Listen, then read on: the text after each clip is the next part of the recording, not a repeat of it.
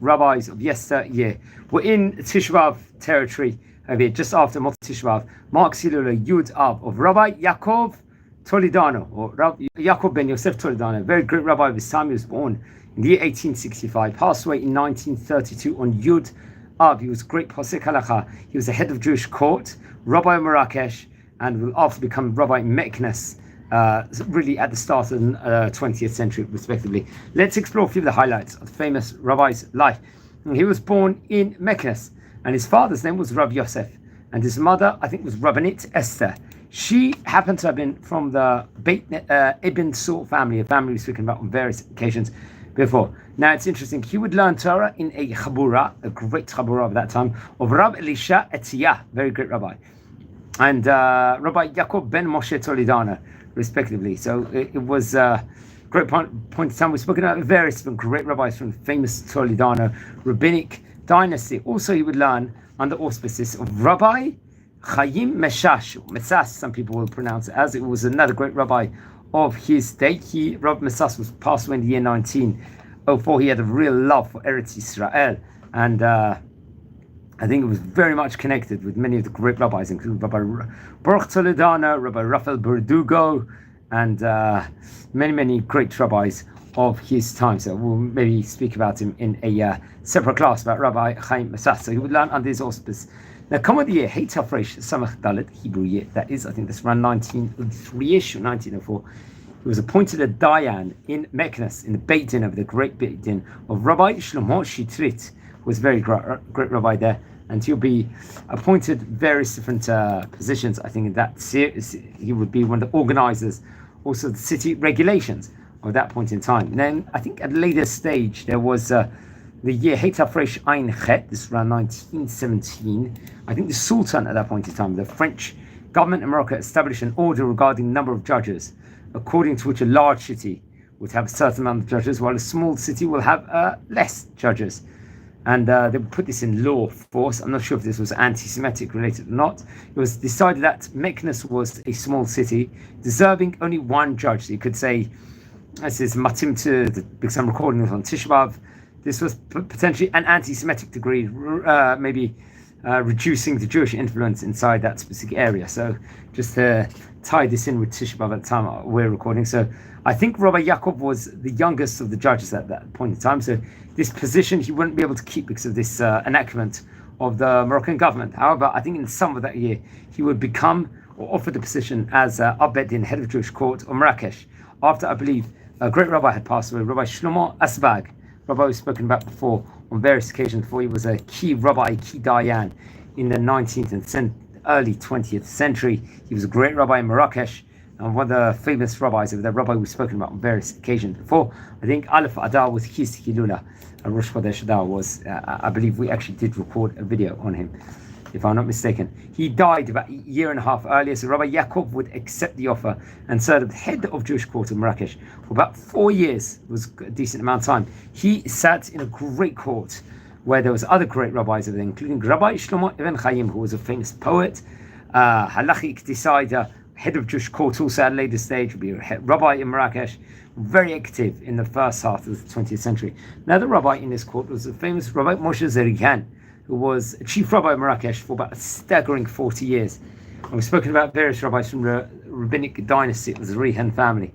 I think later on the French government recognized Meknes eventually as a large city, and as a result he would return to Meknes, and he would be appointed head of Jewish court there, and the chief rabbi of Meknes, I believe. A very prominent position this was for Rabbi Yaakov Toledano, a very famous position, something very well documented. I'll say it in Hebrew. O az kuchlatchu yitmanela abedin Rabba Arashi shel Meknes. He was a chief rabbi of Meknes over there. Now he would serve in the Jewish court of Meknes. It was a really great rabbis, including Rabbi Yoshua Berdugo, great rabbi spoken before, who would also later on become a chief rabbi of Meknes at a later stage, and was a chief rabbi of Morocco, if I'm not mistaken, had a great position in Rabat. Also Rabbi Avram Amar would be, and I think Rabbi Raphael Baruch Toledano would also have a prominent role at that point in time. He himself was head of Jewish court and the author of Kitzur Shulchan Aruch, based on the Kaf HaChaim, the rulings of Kaf HaChaim, if I'm not mistaken. It's interesting, he would actually appoint his son just before he passed away, as a successor, as a judge of the community. He passed away, remember, in the year 1932. So no, I think it was actually his Khatan, if I'm not mistaken, Rabbi Raphael Baruch. So that was, if I'm not mistaken, so he would be, I have to double check on that. So he would become a Dayan, or in the city in of itself. More can be related in regards to the great rabbi. I think various different initiatives were set during his time as a rabbi of Meknes. For example, I think this was done very much in time with the French mayor, wasn't there? He would establish Talmud Torah, I think, in a specific area, if I'm not mistaken. He was known as quite, he was really protective with regards to halacha. Specifically, he made sure that kashrut was at a strong level, that everyone was up to par, and there were various different documents with regards to his time period of as being the rabbi of the city. He was a staunch advocate. I think at that point in time there was issues where women were converting just to satisfy their husbands' families when it wasn't necessarily l'shem shemaim. So he took a tough stance on that. He didn't advocate to convert non-Jewish women who sought to convert because of pressure of their husbands' families. Because their conversion, he wanted it to be purely l'shem shemayim, and not just something just on paper. He also feared that if he was going to make a relaxed, let's say, rules within regards to conversion, many young Jewish men would marry non-Jews. So he was very, very worried about that, and really tried to put up a protective fence. He wrote great books, including the Sheilot Shuvot, which was a book, the Takanot, which was connected, I think, with the Chachmei, the great rabbis of Meknes. Chidushim Drushim ala Tanakh, on various different teachings on the Torah, Nevi'im and Ketuvim, respectively, and very, very great books. He was a great rabbi of his time.